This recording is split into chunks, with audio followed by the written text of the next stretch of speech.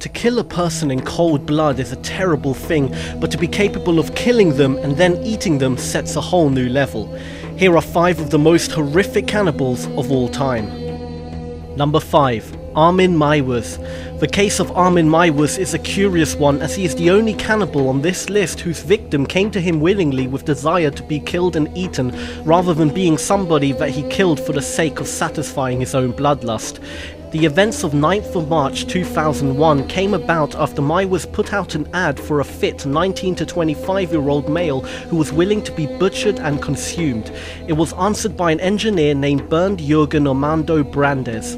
In an evening that was taped for posterity, Meiwes severed Brandes' penis and attempted to eat it with him, before allowing him to die from blood loss and then hanging him on a meat hook and cutting off the flesh that he wished to consume, which he ate over the course of 10 months before his arrest in December 2002.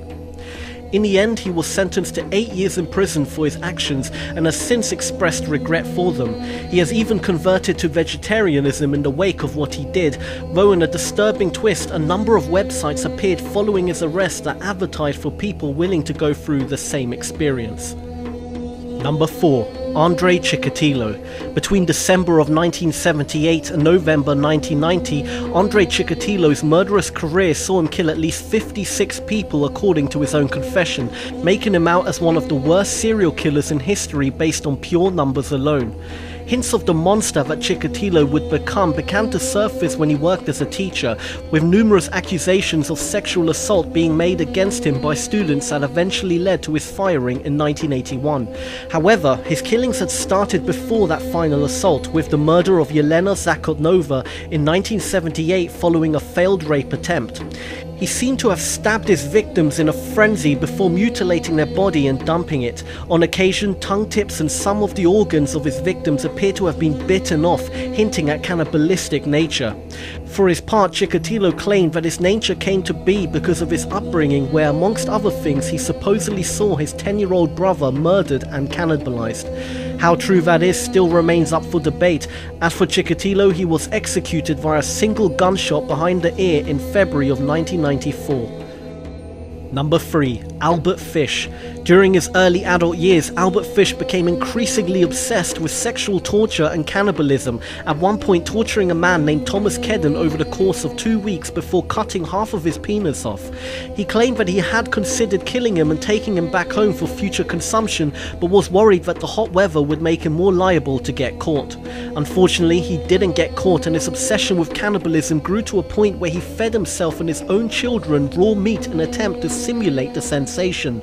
He was caught after kidnapping a young girl named Grace Budd in 1928. Despite being arrested for the crime, he was initially found not guilty, and it was not until a sickening letter detailing the suffering that Grace had been put through arrived at the door of the Budd family in 1934 that his guilt was reconsidered. When he was arrested again, a number of his other crimes came to light, including the murder and cannibalization of 8-year-old Francis MacDonald and 4-year-old Billy Gaffney. Fish confessed to his crimes and was executed in January 1936 in the electric chair. Number 2. Issei Sagawa. All of the killers on this list have served time in jail, with some of them paying for their crimes with their lives. However, the case of Issei Sagawa is not like that, as he has become something of a celebrity following his particular crime. Sagawa committed only one murder, that of Dutch student Renee Harteveld, while in Paris. He invited her over to his apartment on the pretense of studying poetry together, only to shoot her in the back of the head with a rifle. Over the course of the next few days, he consumed parts of her body before attempting to dump the corpse in a river, where he was caught by French authorities.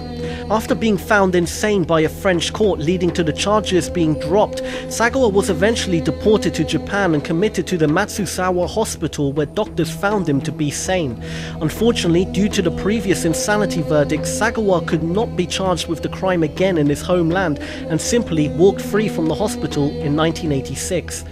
He supported himself upon release by writing about his crimes, though in recent years he has struggled to find publishers. However, he still walks the streets of Japan a free man and enjoys a small cult of celebrity that even saw him writing restaurant reviews for a time.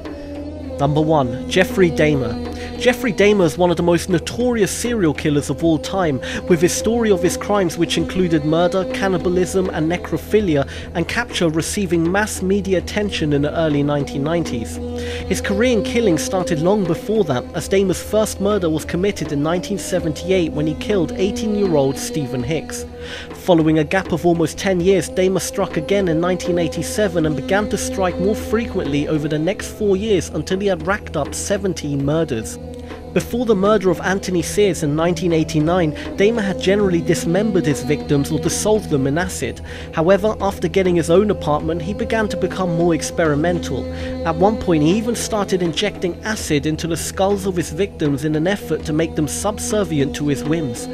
It was the following year where he started to cannibalize his victims, often extracting the heart, biceps and other muscles and organs for later consumption. Dahmer's story is all the more shocking because of the many opportunities to capture Dahmer that were missed, the most striking of which is when one of his victims was returned to him after being found naked and in disarray in the streets. Dahmer simply convinced his neighbours they were lovers and he was left free to kill him as he intended. Thank you for watching, and if you enjoyed this video, please give it a thumbs up and don't forget to subscribe for more awesome lists of all things 5. This is All 5, and until next time, feed your mind.